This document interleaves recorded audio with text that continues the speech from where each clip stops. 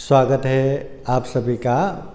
आप लोग देख रहे हैं बुद्धाज टीचिंग चैनल और हम यहाँ महाकारुणिक तथागत बुद्धा और उनके शिक्षाओं के विषय में चर्चा करते हैं।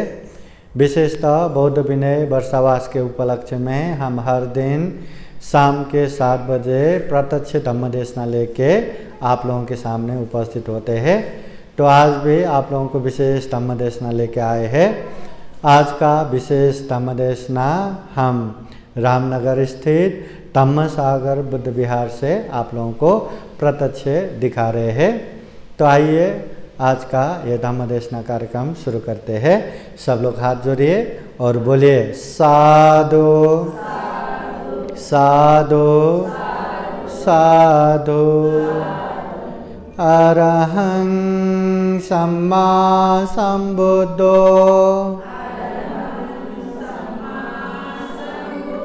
भगवा बुद्धं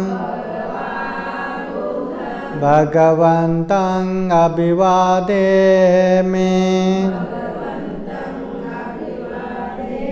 स्वाख्यातो भगवता धम्मो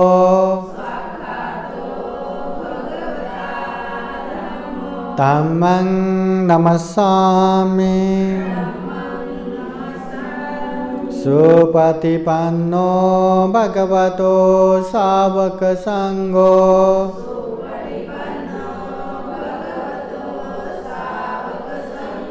संघं नमामि।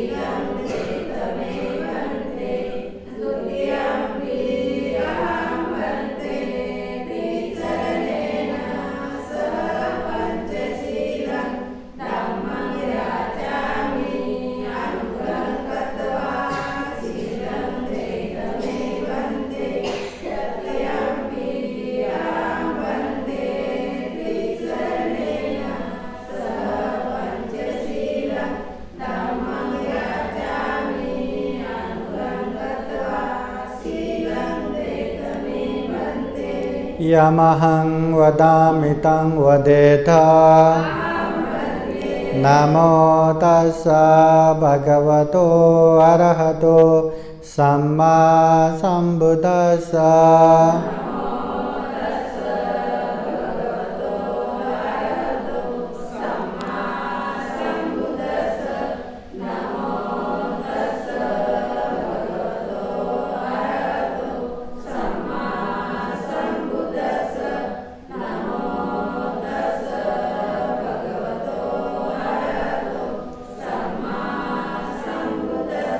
बुद्धं शरणं गच्छामि।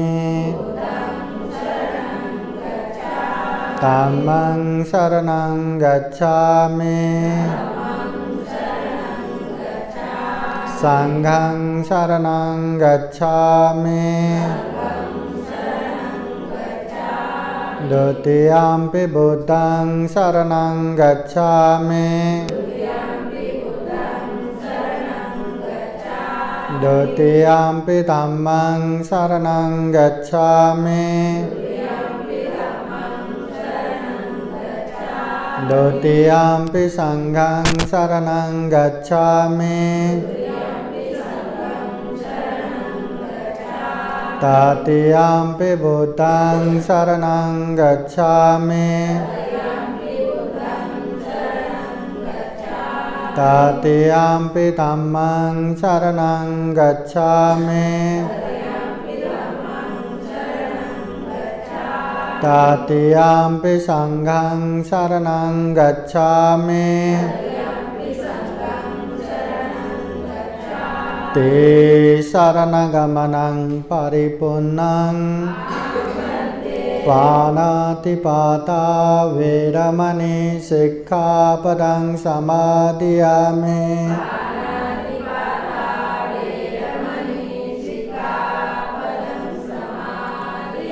आदिन्नदाना वेरमणि सिक्खापदं समादयामि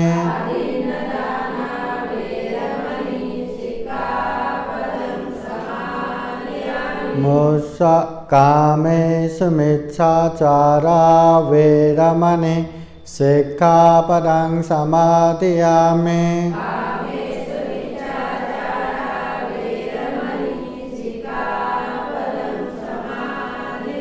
मुसावादा वेरमणि सिक्खापदं समादयामि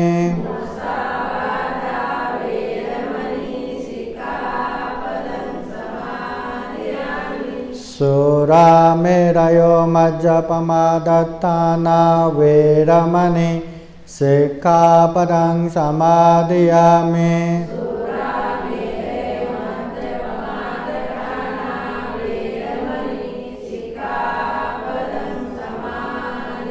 ते शरणेन सह पंचशीलं धम्मं साधुकं सुरक्षितं कृत्वा अपमादेन सम्पादेत साधु साधु साधु बुद्धं नमामि धम्मं नमामि संघं नमामि।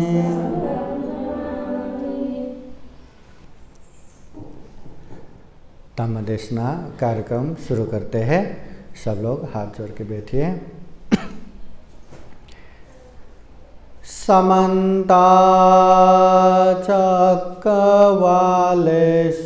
अत्रा गच्छन्तु देवता सततं मुनिराजस शृण्वन्तु सद्गमोक्षदम् धम्मश्रवणकालो ह्यं भदन्ता धम्मश्रवणकालो ह्यं भदन्ता धम्मश्रवणकालो ह्यं भदन्ता। नमो तस्स भगवतो अरहतो सम्मा सम्बुद्दस्स नमो तस्स भगवतो अरहतो सम्मा सम्बुद्दस्स नमो तस्स भगवतो अरहतो सम्मा सम्बुद्दस्स। महाकारुणिक तथागत भगवान बुद्ध को त्रिवार वंदना। महाकारुणिक तथागत बुद्ध द्वारा देशित सुआख्यात धम्म को त्रिवार वंदना। महाकारुणिक तथागत बुद्ध के आर्य श्रावक संघ को त्रिवार वंदना। परम पूजनीय बोधिसत्व डॉक्टर बाबा साहब अम्बेडकर आज के कार्यक्रम में उपस्थित संपूर्ण धम्मसागर बुद्ध विहार के उपासक उपासिकाएं तथा बुद्धा टीचिंग चैनल देख रहे संपूर्ण श्रद्धा संपन्न बुद्धि संपन्न उपासक उपासिकाएं। महाकारुणिक तथागत बुद्ध होने के बाद अब मैं बुद्ध हो गया, मैं दुख मुक्त हो गया, मुझे विमुक्ति सुख मिल गया, मुझे निर्वाण सुख मिल गया करके केवल अकेले सुख शांति से नहीं रहे। बुद्ध होने के बाद हम जैसे दुखी प्राणियों को दुख मुक्ति का मार्ग बताने के लिए निरंतर गांव, नगर, जनपद, देश देशांतर जारी का करते हुए धम्म की बातें बताते गए, धम्म के प्रचार करते गए, दुख और दुख मुक्ति की बातें सिखाते गए। महाकारुणिक तथागत बुद्ध के उपदेश सुन के वहाँ हजारों लाखों करोड़ों लोगों ने दुख मुक्ति का मार्ग फल प्राप्त किया। श्रोतापति, सकितागामी, अनागामी और बहुत सारे लोग भिक्षु बन गए, भिक्षुनी बन गए और बहुत सारे लोग घर गृहस्थ में रह के उपासक उपासिका बन के रहे। बहुत सारे लोगों ने बुद्ध के उपदेश को ग्रहण करके ये दुर्लभ, यह अमूल्य, यह सर्वश्रेष्ठ मनुष्य जीवन को सफल और सार्थक भी बनाए। ऐसे ही धम्म प्रचार प्रसार के क्रम में एक बार महाकारुणिक तथागत बुद्ध एक गांव में पहुंचते हैं। जब पता चला गांव के लोगों को कि वहाँ स्वयं तथागत भगवान बुद्ध आए हैं, तो वहाँ देखते ही देखते ढेर सारे लोग जमा हो गए। किसी को तो बुद्ध कैसे होता है ये देखना था, किसी को तो बुद्ध क्या बताता है ये सुनना था, किसी को धम्म की बातें सुनना था। अनेक अनेक अभिप्राय के साथ वहाँ लोग जमा हो गए। देखते ही देखते बहुत सारे लोग जमा हो गए।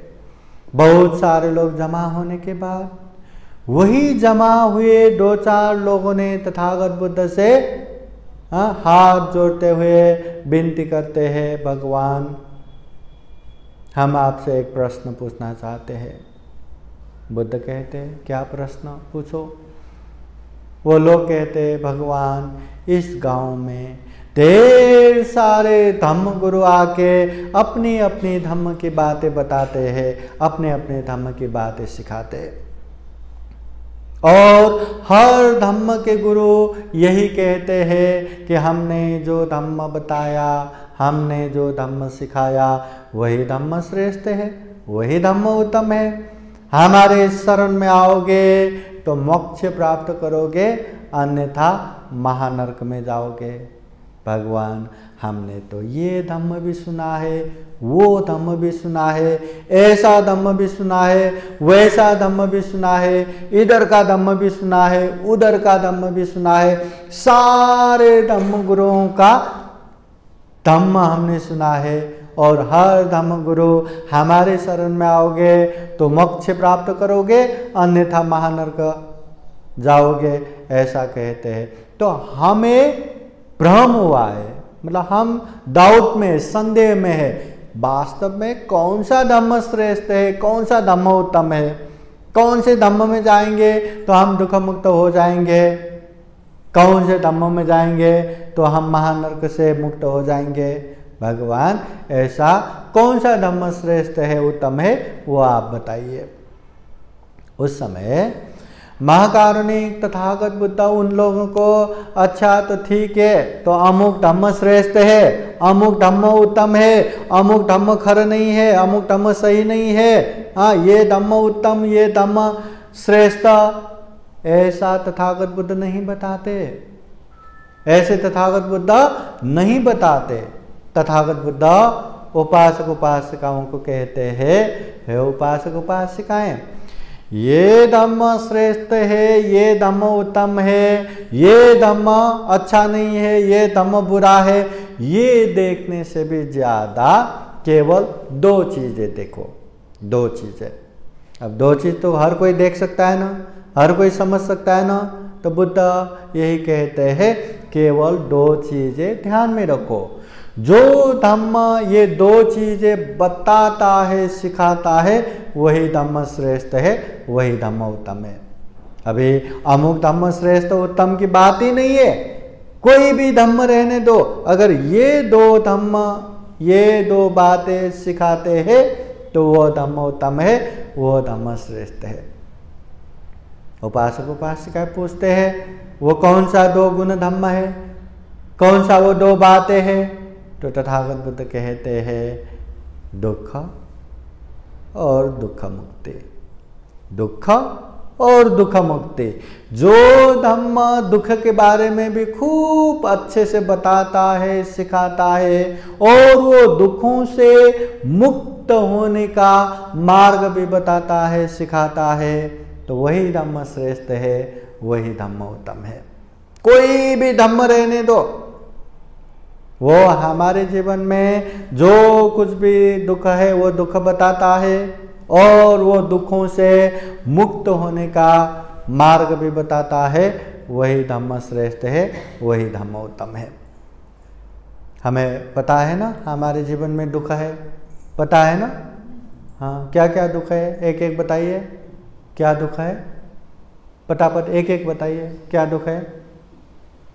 क्या दुख है? संसारी दुख है, जन्म होना दुख है, बुढ़ापा आना दुख है, बीमार होना दुख है, मृत्यु होना दुख है, प्रिय से बिछोड़ होना दुख है, अप्रिय के साथ रहना दुख है, जो इच्छा करते वो पूरा न होना दुख है। संक्षिप्त में ये पंच स्कंद रूपी शरीर धारण करना ही दुख है। अनेक टेंशन होना दुख है, अनेक गुस्सा आना दुख है, अनेक लोभ भर भर के आना दुख है, अनेक अकुशल पाप में लगना दुख है। दुख दुख बहुत सारे दुख है। तो सबसे पहले दुख दुख है, ये बात जानना जरूरी है। अगर दुख में भी सुख ढूंढते रहेंगे, कहीं ये सुख तो नहीं, हाँ ऐसा ढूंढते रहेंगे तो वो दुख से कभी मुक्त नहीं हो पाएंगे। इसलिए सबसे पहले दुख को जानो। जहां दुख जानेंगे वहां दुख का कारण भी दिखेगा। दुख अपने आप नहीं आता, कुछ न कुछ कारण लेके ही आता है। अगर आपको कोई समस्या हो रहा है तो उसका कारण है, अगर आपको कोई टेंशन हो रहा है तो उसका भी कारण है, अभी आपका मन जल रहा है तो उसका भी कारण है। हर दुख अपने आप में नहीं आता, कारण लेके आता है। तथागत बुद्ध संक्षिप्त में सारे दुखों का कारण तृष्णा कहते हैं, अटैचमेंट, आसक्तिपना, है ना। दुख है तो दुख का कारण भी है, और दुख मुक्ति है तो दुख मुक्ति का मार्ग भी है। जैसे हमारे शरीर में अनेक बीमारी होता है, अगर बीमारी है तो बीमारी का कारण है, और डॉक्टर के पास जाएंगे तो हमें चेकअप करके दवा देता है। हाँ, अगर दुख मतलब बीमार मुक्त है तो वहाँ पहुँचने का रास्ता भी है। दवा ले लो, एक्सरसाइज कर लो, खाने में बैलेंस करो, हाँ ये करो वो करो, दुख वो बीमार मुक्त है तो वहाँ पहुँचने का रास्ता भी है। उसी तरह दुख है तो दुख का कारण है, दुख मुक्ति है तो दुख मुक्ति का मार्ग भी है। तो तथागत बुद्ध यही बताते हैं, जो धम्म दुख और दुख मुक्ति ये बातें अच्छे से बताते हैं, सिखाते हैं, वही धम्म श्रेष्ठ है, वही धम्म उत्तम है। दुख और दुख मुक्ति पता चला ना, दुख और दुख मुक्ति। हमें इसके पीछे बिल्कुल नहीं भागना कि ये धम्म उत्तम है, ये धम्म श्रेष्ठ है, या हमारा धम्म श्रेष्ठ है, हमारा धम्म उत्तम है। इसके पीछे भागने की जरूरत नहीं है। वो श्रेष्ठ और उत्तम धम्म में जाके हमने अपने जीवन को कितना श्रेष्ठ बनाया, कितना उत्तम बनाया, ये देखना जरूरी है। हाँ, तथागत बुद्ध ने इतना दुख और दुख मुक्ति का उपदेश दिया, क्या वो जान के क्या हमने जीवन में थोड़ा भी दुख को कमी किया? क्या थोड़ा भी दुख मुक्ति के मार्ग पे आगे बढ़ा? क्या आगे बढ़ा तो ये धम्म काम आया। अगर आगे ही नहीं बढ़ा और दुख मुक्ति के मार्ग पे ही नहीं चला और दुख जैसा है वैसा ही है, तो कितना भी श्रेष्ठ धम्म रहने दो, कितना भी उत्तम धम्म रहने दो, हमारे लिए कोई फायदा रहा क्या? बहुत भूख लगा है, सामने अनेक अनेक पकवान पड़ा है और खाने को ही नहीं मिल रहा है, खाने ही नहीं दे रहा है, या हम नहीं खा रहे, कुछ फायदा हुआ क्या? बहुत प्यास लगा है, सामने नदी बह रहा है और हम वो पानी पिए नहीं, तो प्यास बुझेगा क्या? इतना अच्छा धर्म की गंगा बह रहा है, दुख और दुख मुक्ति का उपदेश तथागत बुद्ध स्वयं ने दिया हुआ है, और ऐसे धम्म हमें प्राप्त हुआ है, और वो भी ऐसे दुर्लभ जीवन में, ऐसे सर्वश्रेष्ठ जीवन में। हम चाहे तो तथागत बुद्ध के धम्म को अच्छे से जान सकते हैं, समझ सकते हैं, पालन करके परिपूर्ण भी हो सकते हैं। इंसान ही कर सकते हैं, बाकी कोई नहीं कर सकता। और ऐसे सर्वश्रेष्ठ जीवन में बुद्ध के उपदेश या तथागत बुद्ध हमें मिला है, उनका दुर्लभ धम्म मिला है, तो उसको जानेंगे, समझेंगे, पालन करेंगे, तभी न धम्म हमें कल्याण करेगा। केवल हाँ हम तो ऐसा धम्म मानते हैं, वैसा धम्म मानते हैं, हाँ हमारा बुद्ध सबसे महान है, हमारा बुद्ध सबसे श्रेष्ठ है, उससे क्या फर्क पड़ेगा? क्या हम अपने जीवन में सुख शांति लाने के लिए कुछ पुण्य धम्म कर रहे हैं कि नहीं? हाँ कुछ दुख मुक्ति के मार्ग पे चल रहे हैं कि नहीं? ये महत्वपूर्ण है। इसलिए तथागत बुद्ध कहते हैं ये अमुक धम्म श्रेष्ठ, अमुक धम्म उत्तम, ये कहने से भी ज़्यादा जो धम्म ये दो चीज़ें अच्छे से बताते हैं, सिखाते हैं, वो धम्म श्रेष्ठ है, उत्तम है। वो दो चीज़ क्या क्या है? दुख और दुख मुक्ति। महाकारुणिक तथागत बुद्ध जो धम्म की बातें बताते हैं, वो धम्म नाव के उदाहरण द्वारा समझाते हैं। नाव का काम क्या है? एक किनारे से दूसरे किनारे जाना, बहुत बड़ा नदी सागर पार करके जाना। उसी तरह धम्म का काम है, जीवन में अनेक दुख तकलीफ है, अनेक समस्या है, टेंशन है, पीड़ चिंता तनाव उत्पीड़न है, उससे दूर सुख शांति के तरफ लेके जाने वाला वो धम्म है। इसलिए धम्म जीवन जीने की कला है, धम्म जीवन जीने की मार्ग है, धम्म जितने भी जीवन में समस्या है, हर समस्या का समाधान है। धम्म जीवन में अनेक अनेक दुख है, वो दुखों का मुक्त मतलब दुख मुक्त मार्ग है धम्म। इसलिए धम्म को अच्छे से जान के समझ के पालन करना बहुत जरूरी है। जिस तरह एक नाव, कितना भी बड़ा सागर होने दो, कितना भी बड़ा नदी होने दो, भले ही हम वहां तैर के नहीं जा सकते, भले ही वहां आर पार करने के लिए कोई पुल बनाना हो, फिर भी वो नाव हमें आराम से एक किनारे से दूसरे किनारे लेके जाते हैं।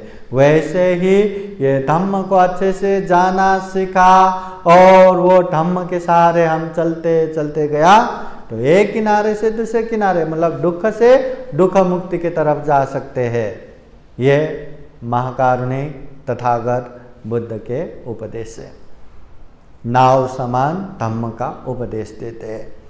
महाकारुणिक तथागत बुद्ध ने जीवन भर जो धम्म का उपदेश दिया, तथागत बुद्ध के महापरिनिर्वाण के बाद उनके 500 अरहत शिष्य भिक्षुओं ने तथागत बुद्ध के धम्म और विनय को संग्रह किया। बाद में वही धम्म और विनय को त्रिपिटक ग्रंथ के रूप में संग्रह किया। वो त्रिपिटक में तथागत बुद्ध के 84,000 धम्म स्कंद, 84,000 धम्म देशना उसमें संग्रहित है। उसमें से त्रिपिटक का 3 प्रमुख पिटक है, सुत्त पिटक, विनय पिटक, अभिधम्म पिटक। पहला सुत्त पिटक में भी 5 प्रमुख निकाय ग्रंथ है, दीघ निकाय, मध्यम निकाय, संयुक्ति निकाय, अंगुत्तर निकाय, खुदक निकाय। तो ये 5 निकाय ग्रंथ में दूसरा मध्यम निकाय। मध्यम निकाय के एक अलग दूपम सुत्त में तथागत बुद्ध एक उदाहरण द्वारा समझाते हैं कि धम्म क्या है।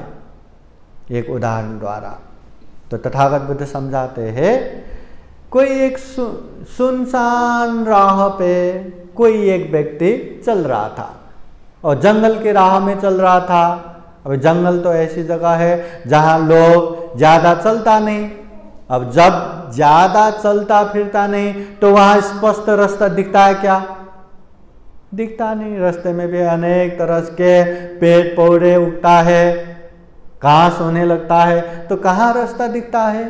तो वो एक इंसान जंगल के रास्ते में चलते चलते जा रहा था। जाते जाते जाते जाते उसको रास्ता ही नहीं दिखाई दिया, रास्ता ही नहीं दिखाई दिया। फिर यहाँ देखता है, यहाँ से चलता है, वहां भी रास्ता नहीं, वहां से चलता है, वहां भी रास्ता नहीं, इधर उधर चारों ओर चलता है, रास्ता ही नहीं दिखता। अभी जाते जाते चलते चलते जंगल के बीचों बीच पहुंच चुके। देखते हैं चारों ओर घना जंगल है, जहां जहां देखे पेड़ पौधे ही है, इतना घना जंगल। ऐसे घना जंगल देख के अभी वो डर जाते, अरे इतना भयानक जंगल है, कहीं भी कभी भी कहीं से भी जंगली जानवर वहां से निकल आया तो उसका तो शिकार कर देगा, उसको तो मार डालेगा। अब क्या करे? वो बचने के लिए इधर भागता है, उधर भागता है, कहीं भी रास्ता नहीं देखता और डर जाते हैं कि अंधेरा हो गया तो जंगली जानवर आना पक्का है और उसका जान जाना पक्का है। अब क्या करे?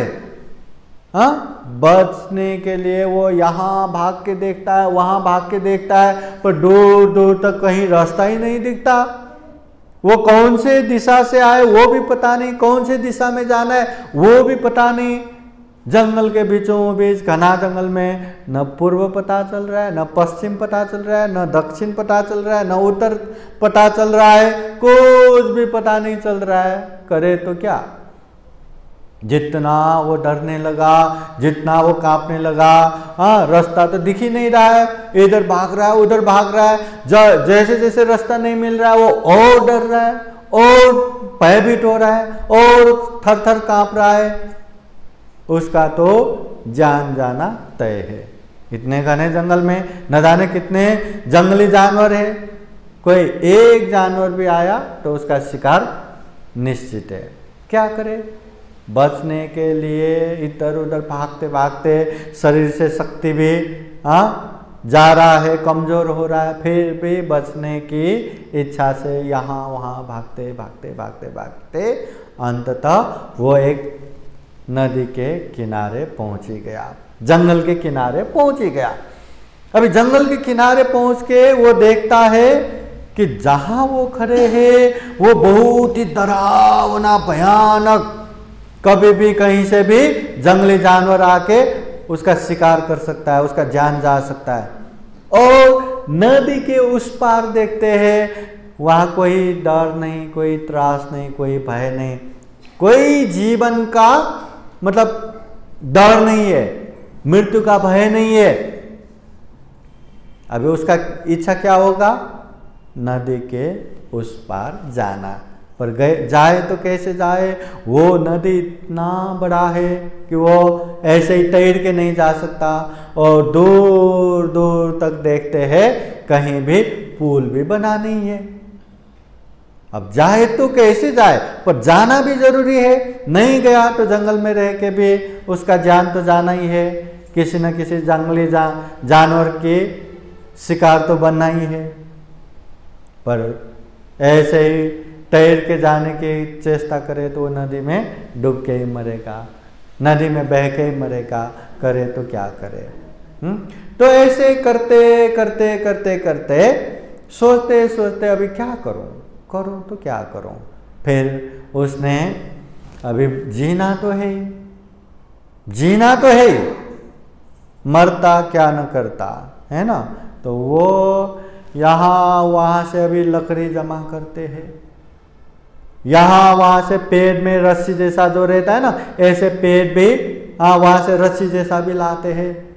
फिर ऐसे लकड़ियों को एकदम बांध के एकदम करके मिला मिला के छोटा सा नाव जैसा बनाते हैं, बनता है।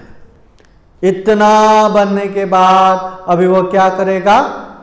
वो नाव में चढ़ के दूसरे किनारे जाने की कोशिश करेगा।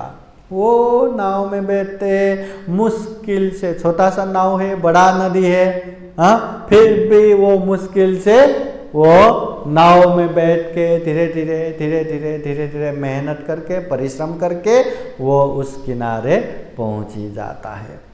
उस किनारे पहुंच गया तो इतना संतोष का श्वास लिया, इतना आनंद लगा, अरे मैं इतना डरावना जंगल में था, कभी भी कहीं से भी जंगली जानवर आता तो मेरा शिकारी कर देता, मेरा जान ही जाता। मगर अभी नदी के इस किनारे आया, यहाँ कोई जंगली जानवर का भय नहीं, त्रास नहीं, मेरा प्राण का भी त्रास नहीं, ओहो मेरा जीवन बच गया करके बहुत ही संतुष्टि का श्वास लिया। अभी तथागत बुद्धा ये सारी बातें बताने के बाद पूछते हैं, अभी वो इंसान को क्या करना चाहिए कि ये नाव की वजह से आज मेरा जान बच गया, अगर ये नाव न होता तो जंगल में ही मर जाता, ये नाव की वजह से इस किनारे आए इसलिए वो बच गया, ऐसा सोच के नाव के प्रति कृतज्ञ होके ये नाव ने मेरा जान बचाया करके जहां जहां गए वहां वहां वो नाव को ये अपने मतलब कंधे पे उठा के या उसको घिस घिस के जहां जहां गया साथ में ही रखना है या वहीं छोड़ के जाना है। क्या करना चाहिए? नाव की वजह से जान बचा, नाव ने जान बचाया, इसलिए नाव के प्रति कृतज्ञ होके जहां जहां गए वो नाव को लेके जाना चाहिए या वहां छोड़ के जाना चाहिए? क्या करना चाहिए? तथागत बुद्ध पूछते हैं, क्या करना चाहिए? नाव का काम सिर्फ और सिर्फ पानी में ही आता है, जमीन में उसका कोई काम नहीं है। इसलिए नाव के प्रति कृतज्ञ होके जिस तरह ये नाव ने मेरा आज उपकार किया ऐसे ही दूसरों का भी उपकार करे करके वहीं छोड़ के चला जाना चाहिए। अगर ये नाव ने मेरा उपकार किया करके नाव को सर पे लेके घुमाना, नाव को घिस घिस के साथ में रखा ना, तो उसकी बोझ से वो जल्दी मर जाएगा या उसको एक बोझ जैसा हो जाएगा, दुख तकलीफ हो जाएगा। इसलिए नाव का काम पानी में है, नदी में है, जिस तरह मेरा उपकार किया दूसरों का भी उपकार करे करके वहीं छोड़ के जाना है। तो तथागत बुद्ध कहते हैं धम्म का काम भी वो नाव जैसा ही है। हाँ, धम्म हमें दुख से दुख मुक्ति तक पहुंचाने का काम करता है, समस्या से समाधान की तरफ लेके जाने का काम करता है। मगर ये धम्म को हम कंधे पे सर पे लेके हमारा धम्म बौद्ध है, हम बुद्ध को मानते हैं, कोई किसी ने कुछ भी बोला, अरे हमारे बुद्ध को ऐसा बोलते हो क्या, हमारे धम्म को ऐसा बोलते हो क्या, हमारे संघ को ऐसा बोलते हो क्या, जिंदगी भर झगड़ा करते करते गया तो जिंदगी खत्म हो जाएगा। वो झगड़ा तो खत्म होने वाला नहीं है। हाँ, तो उसकी वजह से बोझ हो जाएगा, दुख से दुख मुक्ति नहीं प्राप्त कर सकता। इसलिए तथागत बुद्ध कहते हैं सबसे पहले धम्म को अच्छे से जानो, समझो और उसे पालन करो, अभ्यास करो, तब जाके हम जीवन में सुख शांति प्राप्त कर सकते हैं, दुख मुक्ति का मार्ग फल प्राप्त कर सकते हैं। और हमने वो धम्म का अभ्यास किया ना, लोगों को भी अच्छे से बता सकते हैं। ऐसा नहीं कि हम दान ही नहीं देते, लोगों को दान देना चाहिए, दान दो दान दो, हो जाएगा क्या? हम तो बिल्कुल शील पालन नहीं करते और लोगों को अरे पंचशील पालन करना चाहिए, विशेष समय में उपवास अष्टशील पालन करना चाहिए, कितना भी बताओ वो पालन करेंगे क्या? हम तो कभी ध्यान नहीं करते और लोगों को हाँ ध्यान करना चाहिए, ध्यान करने से दुख मुक्ति होगा ऐसा बताएंगे तो वो लोग ध्यान करेंगे क्या, सुनेंगे क्या? इसलिए बुद्ध कहते हैं पहले खुद अच्छा बनो, पहले खुद पालन करो, फिर दूसरों को समझाओ, वो भी समझ लेगा। खुद तो करते नहीं, सिर्फ दूसरों को बताने के लिए ये धम्म नहीं है। इसलिए तथागत बुद्ध कहते हैं जिस तरह नाव का काम है एक किनारे से दूसरे किनारे जाना, वैसे ही धम्म का काम है दुख से दुख मुक्ति की तरफ जाना। अगर ये धम्म को हम उसके लिए प्रयोग नहीं कर रहे हैं वही नाव को हम पूजा करके बैठेंगे, स्तुति करके बैठेंगे, प्रार्थना करके बैठेंगे, वो तो नाव का क्या काम। समझ गए ना। वैसे ही धम्म को भी वैसे ही पूजा करके, पाठ करके, स्तुति करके बैठेंगे और दुख मुक्ति के मार्ग पे नहीं जाएंगे तो ये धम्म का काम कुछ हुआ क्या? नहीं। इसलिए तथागत बुद्ध स्पष्ट कहते हैं ये धम्म नाव समान है, मैं नाव के रूप में धम्म का उपदेश देता हूं करके तथागत बुद्ध उपदेश देते हैं। महाकारुणिक तथागत बुद्ध जो धम्म का उपदेश देते हैं वो व्यवहारिक रूप से उपदेश देते हैं। इस तरह से उपदेश देते हैं कि हर किसी को समझ में आए, हर कोई उसका अभ्यास कर सके। ऐसा नहीं कि ये धम्म केवल पढ़े लिखे लोग ही समझ पाएंगे, ऐसा नहीं कि ये धम्म पंडित विद्वान लोग ही समझ पाएंगे। ये धम्म सामान्य से सामान्य लोगों से लेके बड़े से बड़े लोग सबको उतना ही समझ में आता है।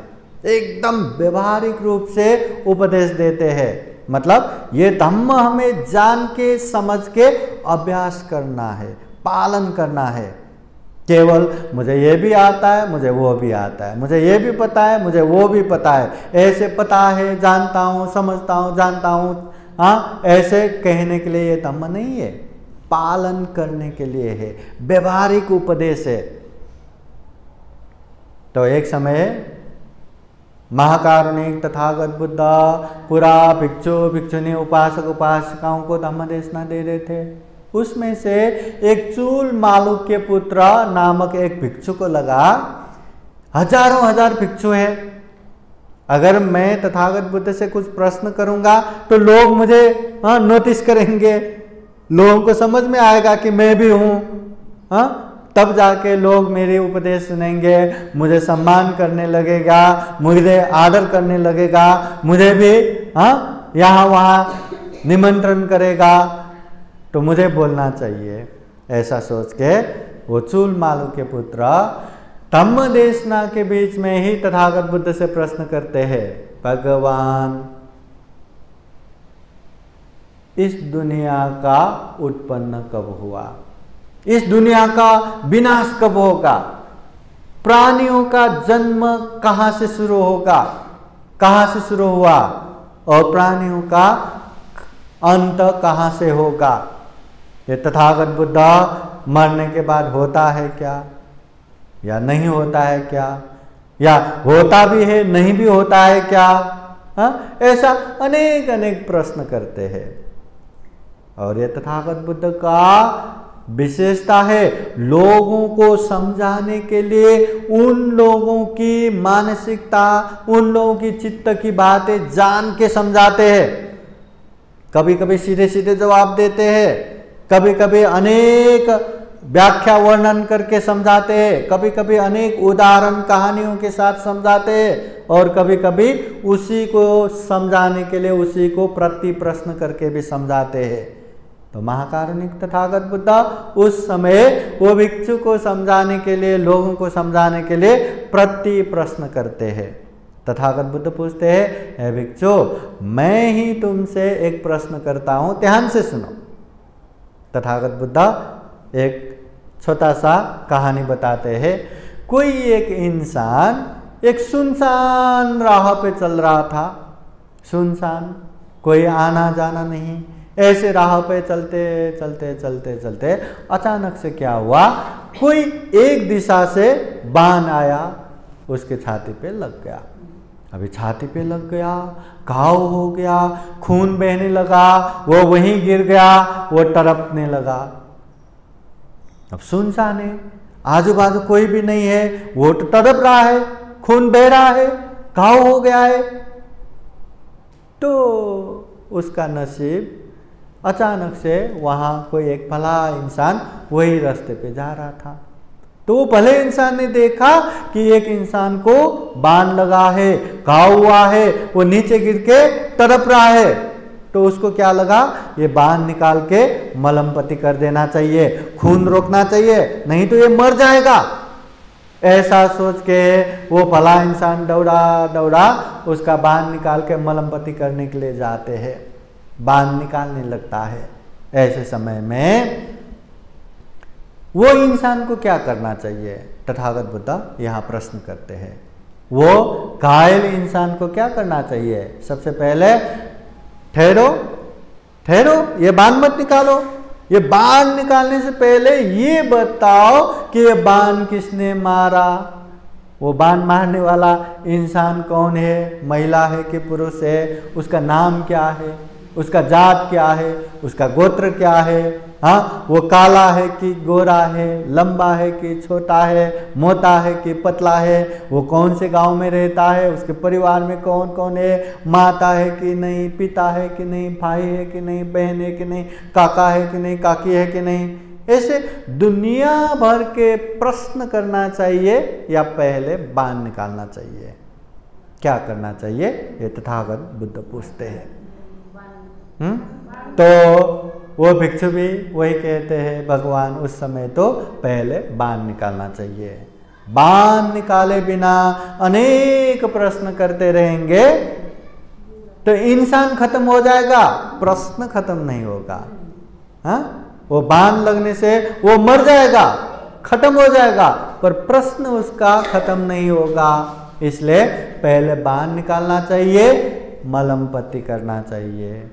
तो तथागत बुद्ध भी उनको समझाते हैं कि इस दुनिया में भी जरा जीर्ण मरण रूपी आग जल रहा है। न चाहते हुए भी हमें ये बुढ़ापे जला रहा है, बुढ़ापे के नजदीक नजदीक पहुंच रहा है। न चाहते हुए भी हमें बीमारी जला रहा है, न चाहते हुए भी हम बीमारी की तरफ निरंतर आगे बढ़ रहा है। न चाहते हुए भी हमें मृत्यु जला रहा है, मृत्यु के नजदीक नजदीक नजदीक नजदीक पहुंच रहे हैं। तो ऐसे जीवन में हमें सबसे पहले जीवन में जितना भी दुख है, अशांति है, वो दुखों से मुक्त होने के प्रयास करना चाहिए। ऐसा नहीं होना चाहिए कि संसार का उत्पत्ति कब हुआ, संसार का विनाश कब होगा, इंसान का जन्म कहाँ से शुरू हुआ, इंसान का अंत कहाँ होगा, ऐसा अनेक प्रश्न करते रहेंगे। वो पता भी चला तो सो हुआ, उससे क्या मिलेगा? जीवन का दुख खत्म होगा क्या? संसार का उत्पत्ति तब हुआ, उससे क्या होगा? जीवन में सुख शांति मिलेगा क्या? इसलिए तथागत बुद्ध कहते हैं ऐसे दुनियादारी के अनेक अनेक झंझटों में फंसने से भी ज्यादा ये दुर्लभ जीवन है, ये अमूल्य जीवन है, प्राणी मध्य में सर्वश्रेष्ठ जीवन है।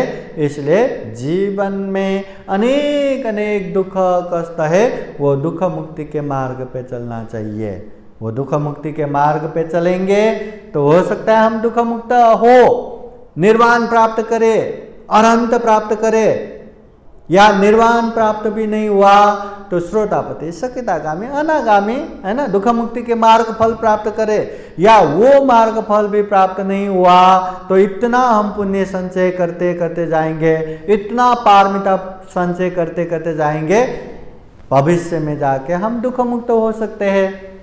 मगर इसमें न जाते हुए दुनियादारी में ही फंसते रहेंगे और इस तरफ दुख मुक्ति की तरफ नहीं जाएंगे तो ये दुर्लभ जीवन, सर्वश्रेष्ठ जीवन खत्म हो जाएगा, कोई भी लाभ नहीं मिलेगा, कोई भी उपयोगिता नहीं होगा।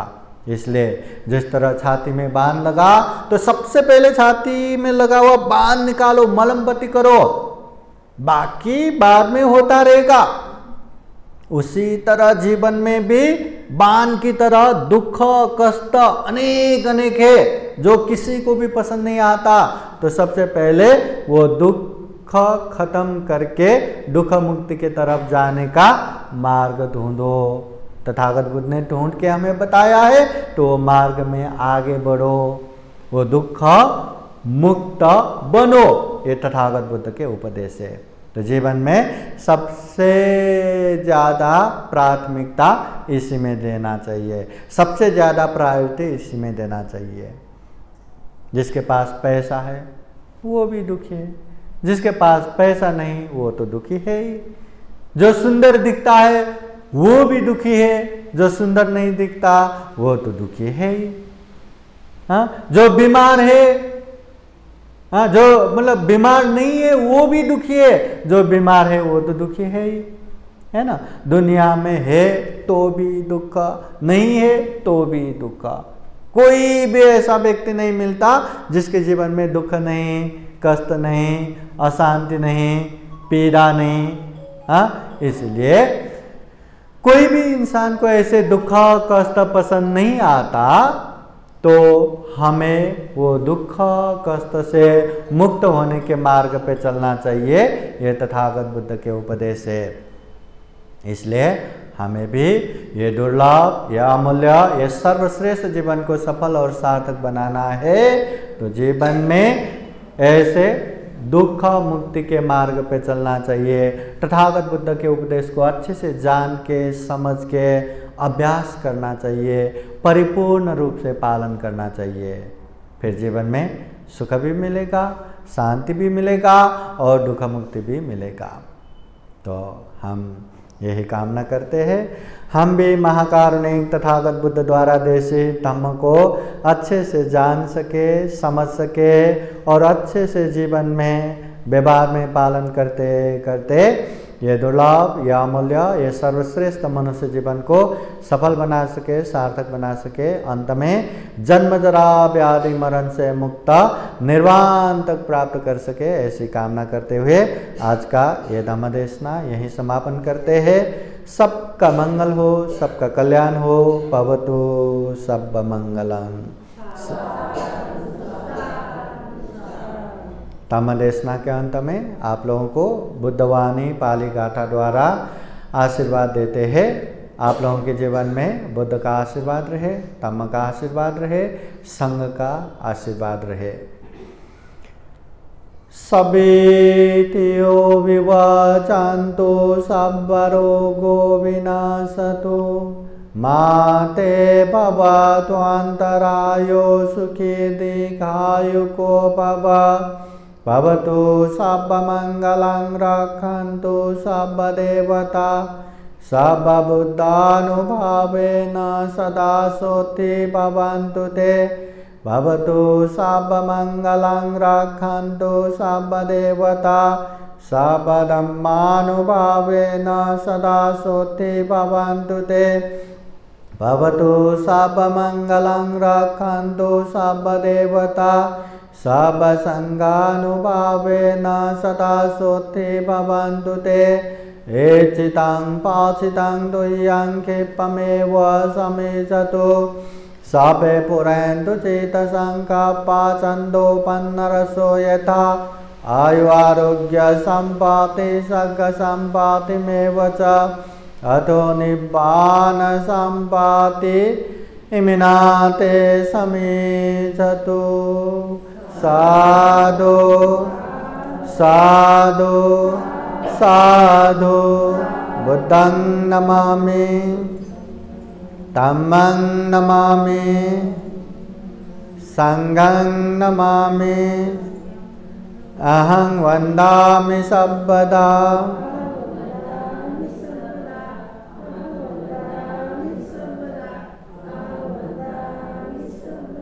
सुखी हो, मंगल हो, कल्याण हो। आज का ये धम्म देशना कार्यक्रम यहीं संपन्न होता है।